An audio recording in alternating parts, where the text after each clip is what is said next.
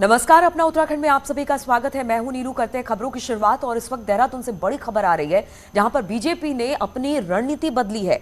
अब पूर्व सीएम से लेकर केंद्रीय मंत्रियों की लगाई जाएगी ड्यूटी।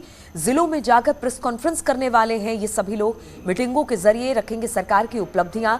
आज दोपहर 3 बजे सीएम धामी करेंगे प्रेस कॉन्फ्रेंस। पीसी में निशंक, त्रिवेंद्र और तीरथ तीनों मौजूद होने वाले हैं। पूर्व सीएम निशंक का कल हल्द्वानी का कार्यक्रम है। तीरथ सिंह रावत कल श्रीनगर में कार्यक्रम करेंगे। वहीं अजय टम्टा अल्मोड़ा में रहने वाले हैं। पीसी वहां पर करने वाले हैं। आज देहरादून में सीएम इसको लेकर एक पीसी करेंगे, यानी सीएम की तरफ से इसकी शुरुआत की जाएगी और फिर जितने पूर्व सीएम हैं वो सब भी अलग अलग जगहों पर रहेंगे। साथ ही बड़े बड़े नेताओं को भी जिम्मेदारी प्रचार की अब सौंपी गई है।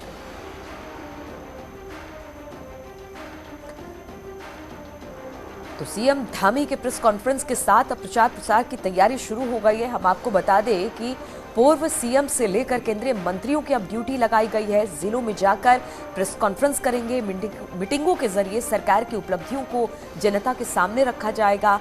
आज दोपहर की बात की जाए तो दोपहर 3 बजे सीएम धामी एक प्रेस कॉन्फ्रेंस करने वाले हैं। पीसी में यानी प्रेस कॉन्फ्रेंस में निशंक, त्रिवेंद्र और तीरथ मौजूद रहने वाले हैं। इसमें सीएम निशंक का कल हल्द्वानी का कार्यक्रम है। इसके अलावा तीरथ सिंह रावत कल श्रीनगर में रहने वाले हैं, उनका कार्यक्रम है। और अजय टम्टा की बात की जाए तो अल्मोड़ा में वो एक प्रेस कॉन्फ्रेंस करने वाले हैं। और सियासत की बात करते हैं तो नामांकन की तारीख अब नजदीक है और बीजेपी 2 फेज में उम्मीदवारों की घोषणा करने वाली है। पहली लिस्ट 20 से 21 जनवरी तक आ सकती है। उत्तराखंड में 21 से 28 जनवरी के बीच नामांकन होना है, इसीलिए पार्टियों के पास अब सिर्फ 1.5 हफ्ते का वक्त बचा है। ऐसे में बीजेपी ने 15 जनवरी को अपने कोर ग्रुप नेताओं की बैठक बुलाई है, जिसमें पहले फेज के उम्मीदवार तय होंगे, जिसे केंद्रीय संसदीय बोर्ड को भेजा जाएगा और फिर 20 या 21 जनवरी को बीजेपी की पहली लिस्ट जारी होगी। पहली लिस्ट में वो सीटें होंगी जहाँ कोई विरोध नहीं है और सिटिंग विधायक को ही टिकट मिलना है। संभवतः 15-16 तारीख के लगभग हम लोग अपना चुनाव समिति की बैठक बुलाएंगे और उसमें जो राज्य का व्यू है वो लेकर हम फिर दिल्ली जाएंगे। तो तब वहां से केंद्रीय पार्लियामेंट्री बोर्ड के आधार पर आगे बढ़ेंगे। बीजेपी के लिए असली माथापच्ची दूसरी लिस्ट को लेकर है और सेकंड लिस्ट को 25 जनवरी के आसपास जारी करने की प्लानिंग है, जिसमें वो सीटें होंगी जहां एक से ज्यादा प्रबल दावेदार हैं, साथ ही जिन सीटों पर टिकट काटने की संभावना है या फिर अदला बदली वाली हरक सिंह जैसे नेताओं की सीटें शामिल होंगी। निर्णय पार्टी हाईकमान करेगा कि मुझे कहां से वो चुनाव लड़ाएंगे,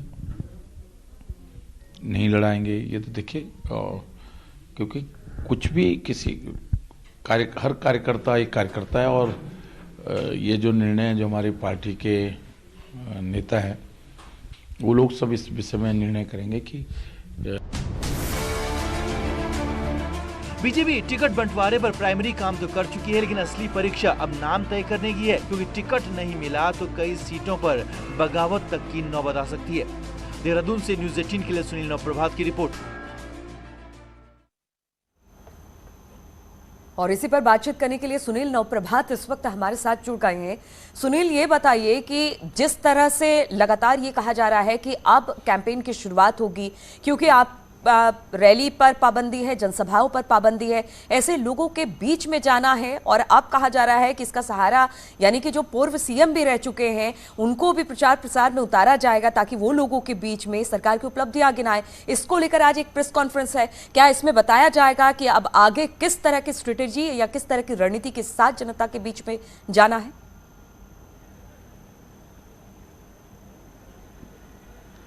देखिए नीलू, जिस तरह से जो चुनाव आयोग की गाइडलाइन है, बीजेपी ने अपनी स्ट्रेटजी थोड़ा चेंज की है कि अब प्रत्येक जिलों में जो पूर्व मुख्यमंत्री हैं या केंद्रीय मंत्री हैं या सांसद हैं उनको भेजा जाएगा और वहाँ पर प्रेस कॉन्फ्रेंस या छोटी छोटी रूम मीटिंग करके कार्यकर्ताओं के बीच सरकार की उपलब्धियों को गिनाएंगे। और इसकी शुरुआत आज खुद मुख्यमंत्री पुष्कर धामी करने वाले हैं। शाम 3 बजे प्रेस कॉन्फ्रेंस रखी गई है, जिसमें सभी पूर्व मुख्यमंत्री होंगे।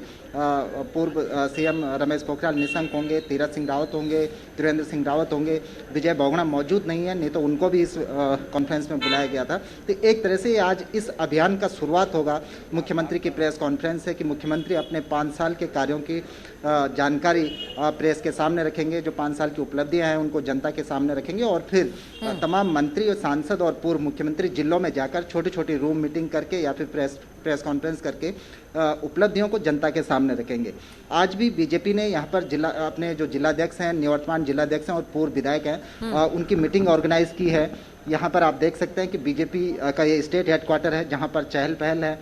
अभी कुछ देर में यहाँ पर मुख्यमंत्री भी पहुँचेंगे, इस मीटिंग में मुख्यमंत्री भी होंगे। तो जो उत्तराखंड के चुनाव प्रभारी हैं प्रहलाद जोशी, बीजेपी के प्रदेश प्रभारी दुष्यंत कुमार गौतम, प्रदेश अध्यक्ष और तमाम जो सीनियर लीडर हैं बीजेपी के, वो इस मीटिंग में मौजूद होंगे। और एक ये माना जा रहा है कि इस मीटिंग में एक राय बनाने की कोशिश की जाएगी टिकट को लेकर, क्योंकि बीजेपी के सामने जो सबसे बड़ी चुनौती है वो चुनौती है कि जब टिकटों का आवंटन होगा तो कहीं बगावत न हो, क्योंकि पार्टी के अंदर एक एक विधानसभा सीट से कई दावेदार सामने आ रहे हैं। तो यहाँ पर जिलाध्यक्षों से, निवर्तमान जिलाध्यक्षों से, पूर्व विधायकों से एक कोऑर्डिनेशन बनाया जाएगा। सुनील, कोऑर्डिनेशन बनाने की बात हो रही है। एक सवाल ये भी है, चूंकि पहली लिस्ट कहा यह जा रहा है कि 20-21 को आ जाएगी, लेकिन दूसरी लिस्ट में पेच फंसता दिखाई दे रहा है। यानी कि दूसरी लिस्ट वो होगी जहां पर लग रहा है कि स्थितियां गंभीर हो सकती है, यहां पर लोगों को मनाना मुश्किल हो सकता है, इसीलिए उसमें देरी होगी। और पहली लिस्ट वो होगी जिसमें कि हाँ, नामों पर बिल्कुल मुहर लग गई है और बस बहुत जल्दी अब लिस्ट को निकाल दिया जाएगा। बिल्कुल नीलू, 20-21 जनवरी के आसपास जो बताया जा रहा है कि फर्स्ट फेज की जो लिस्ट है वो आ जाएगी। उसमें सामान्य तौर पर वो नाम होंगे जो सिटिंग विधायक है या जहां पर कोई दावेदार नहीं है, जहां पर पार्टी के अंदर कोई दो राय नहीं है, वो फर्स्ट फेज का हिस्सा होंगे। सेकंड फेज की जो लिस्ट है, बीजेपी की एक रणनीति है कि इसको करीब करीब उस लास्ट टाइम पर निकाला जाए जहां आप यूपी में देख रहे हैं कि 4-4, 5-5 मंत्री बगावत कर गए। बिल्कुल, तो जहां भी पेच है वो दूसरी लिस्ट में हम देखेंगे, उन नामों पर मोहर लगेगी। बहुत बहुत शुक्रिया आपका जानकारी देने के लिए सुनील। और देहरादून से बड़ी खबर आ रही है, बीजेपी में टिकट को लेकर रायशुमारी चल रही है और देहरादून के रायपुर और धमपुर सीट को लेकर पार्टी के अंदर घमासान बचा हुआ है। रायपुर में सिटिंग विधायक उमेश शर्मा काऊ का जबरदस्त विरोध हो रहा है और 8 लोगों ने यहां पर दावेदारी की है। पर्ची पर कैंडिडेट्स की पसंद लिखने के बजाय विधायक के खिलाफ बड़ा सा नोट पार्टी संगठन के लिए लिखा गया है। वहीं धर्मपुर सीट पर तो सिटिंग विधायक विनोद चमोली समेत 15 दावेदारों ने दावेदारी कर दी है। इसके बाद बीजेपी संगठन मुश्किल में नजर आ रही है।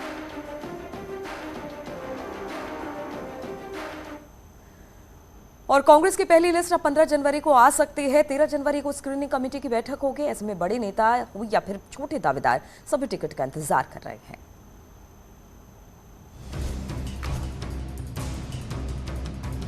दो 2022 में किस किस को कांग्रेस का टिकट मिलेगा, ये अगले एक हफ्ते के भीतर तय हो जाएगा। 13 जनवरी को स्क्रीनिंग कमेटी की मीटिंग दिल्ली में होगी। प्रभारी देवेंद्र यादव के कोरोना पॉजिटिव होने की वजह से मीटिंग को एक दिन आगे बढ़ाया गया है। कांग्रेस का कहना है कि सब कुछ तय समय पर होगा और दूसरी लिस्ट के लिए दूसरी पार्टियों पर भी नजर होगी। ये तो पहली लिस्ट तो हम एक आध हफ्ते के अंदर जारी कर देंगे और दूसरी लिस्ट के लिए हम थोड़ा सा इंतजार करेंगे, क्योंकि देखेंगे दूसरी पार्टीज क्या कर रही है। उत्तराखंड में 21 जनवरी से नामांकन की प्रक्रिया शुरू हो जाएगी। ऐसे में पुराने नेता हो या नए दावेदार, सबको टिकट फाइनल होने का इंतजार है।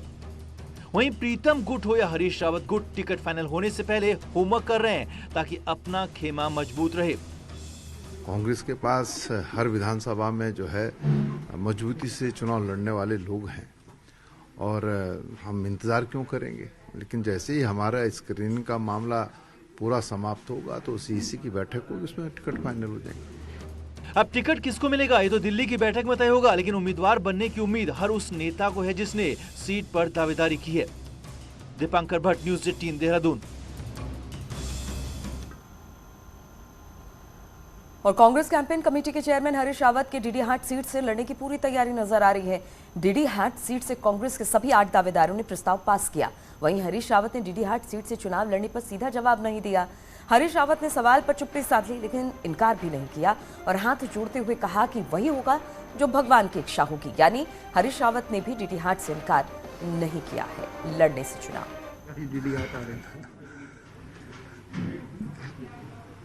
जो राम रचि राखा। और आम आदमी पार्टी ने अपने उम्मीदवारों की दूसरी लिस्ट जारी कर दी, जिसमें 18 प्रत्याशियों के नाम शामिल हैं। अब एक तरफ पार्टी की तरफ से 42 सीटों पर उम्मीदवारों का ऐलान कर दिया गया है। पार्टी प्रवक्ता नवीन पिरशाली को रायपुर सीट से टिकट दिया गया है, तो वहीं रविंद्र आनंद को देहरादून कैंट से टिकट मिला है।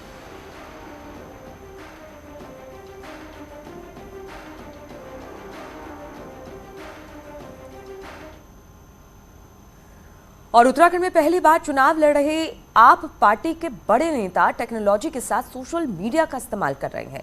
खटीमा विधानसभा में कभी केजरीवाल तो कभी संजय सिंह दिन में कुछ वक्त निकालकर चुनावी गुर कार्यकर्ताओं के साथ उम्मीदवारों को सिखाकर रिचार्ज कर रहे हैं।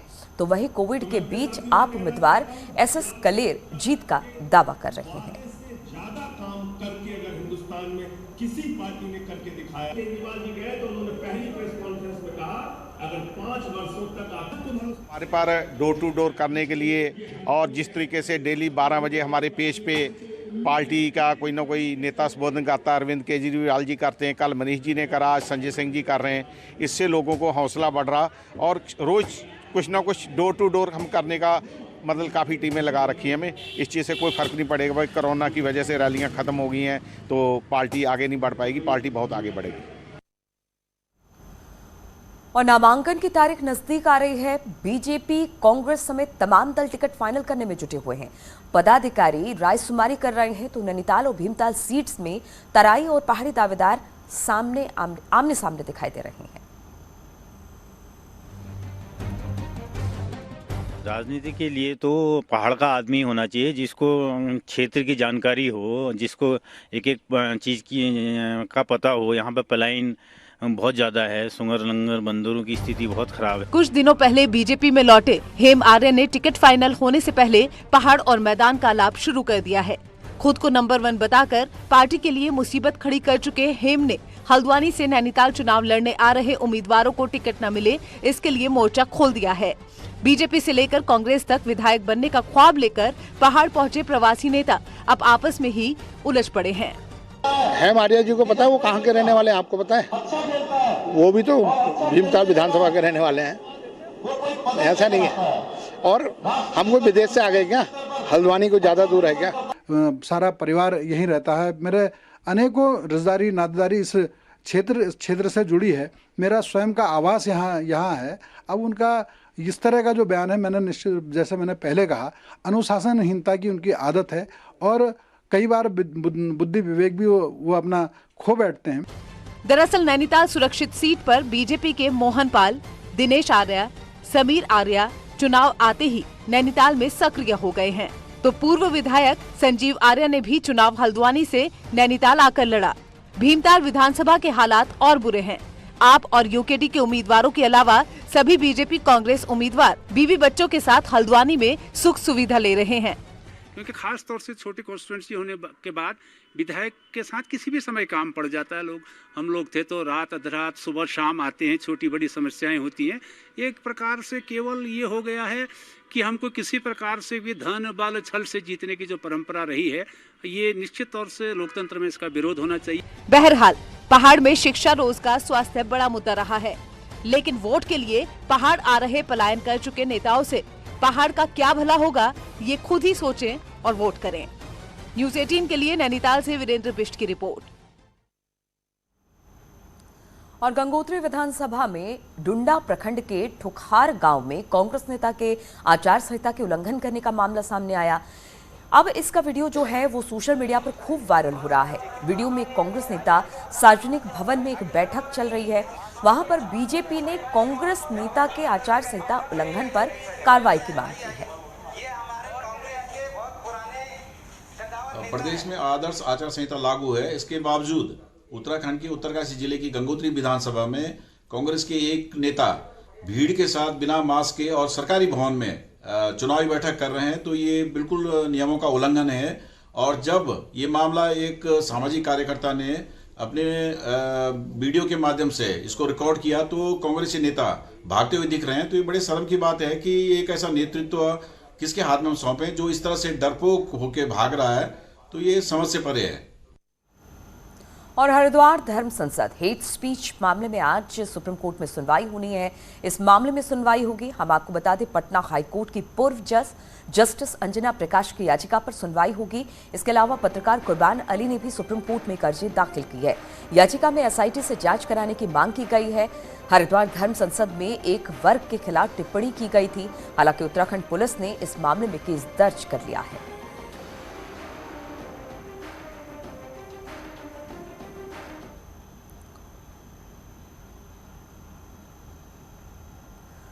और रुद्रपुर में राजस्व विभाग के अधीन किच्छा के पवन फॉर्म में घुसकर तस्करों ने सैकड़ों पॉपुलर के पेड़ काट डाले और बेशकीमती लकड़ी लेकर वहां से फरार हो गए। राजस्व विभाग के अधिकारियों को इसकी भनक तक नहीं लगी। बड़ी संख्या में पेड़ कटने का मामला उजागर होने के बाद प्रशासन में हड़कंप मचा हुआ है। एडीएम ने बताया कि मामला संज्ञान में आया है और जांच के साथ ही आरोपियों के खिलाफ कार्रवाई की जाएगी।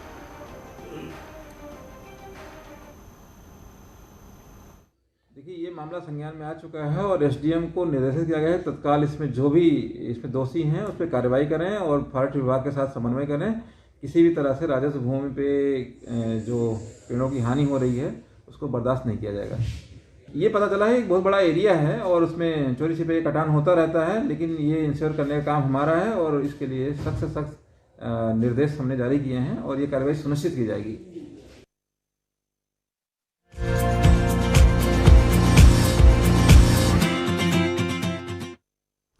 और बागेश्वर के पिंडर घाटी और बिचला दानपुर में कई गांव बर्फ से लकदक हो गए हैं। यहां पर वाछम, कुंवारी, खाती, झूनी, खलझूनी, गोगिना सहित कई जगहों पर 3 से 4 इंच तक बर्फ जमी हुई है। वहीं बर्फबारी के बाद कड़ाके की ठंड जरूर पड़ रही है, लेकिन इन सब के बावजूद पर्यटक और स्थानीय बर्फबारी का आनंद लेते हुए नजर आ रहे हैं। तस्वीरें आप देख रहे हैं कि किस तरह से परेशानी तो हो रही है, लेकिन इस बर्फबारी का आनंद भी लोग उठा रहे हैं।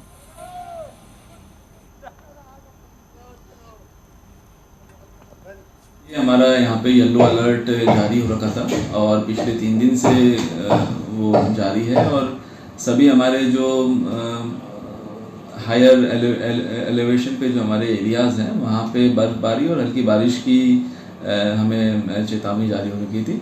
तो उस संबंध में हमने यहाँ पे पहले से सभी को एसडीएम को सभी को निर्देश और सभी को हमने अलर्ट कर रखा था। और चमोली में हुई जमकर बर्फबारी से गैरसैंण में उत्तराखंड के विधानसभा भवन में भी चारों तरफ बर्फ ही बर्फ दिखाई दे रहा है। बर्फबारी से पूरा विधानसभा परिसर बर्फ की सफेद चादर से ढक गया है। आप इन तस्वीरों के जरिए देख सकते हैं कि किस तरह से उत्तराखंड विधानसभा परिसर यानी भरारीसैंण और उसके आसपास के इलाकों में अभी भी भारी मात्रा में बर्फ जमी हुई है। विधानसभा के मुख्य गेट से विधानसभा परिसर तक लगभग 2 किलोमीटर के दायरे में अभी भी बर्फ है। हालांकि बर्फबारी रुक जरूर गई है, लेकिन इसके बावजूद भी बर्फ है और ठंड भी बनी हुई है। और उत्तरकाशी के ऊंचाई वाले क्षेत्रों में जमकर बर्फबारी हुई। बर्फबारी के चलते जनपद उत्तरकाशी के कई क्षेत्र में पर्यटक भी पहुंच रहे हैं। पर्यटकों की तस्वीर जनपद के सांकरी से आई, जहां पर्यटक बर्फबारी के बाद झूमते नजर आए। पूरी घाटी से मनमोहक तस्वीरें लगातार सामने आ रही है। चारों तरफ सिर्फ बर्फ की सफेद चादर बिछी हुई है।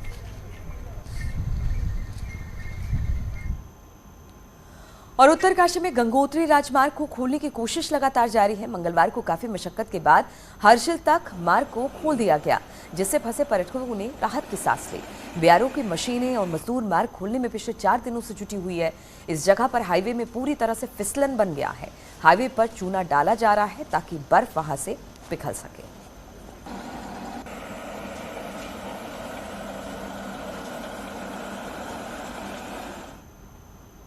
और रुकेंगे यहाँ पर छोटे से ब्रेक के लिए, फौरन लौटते हैं।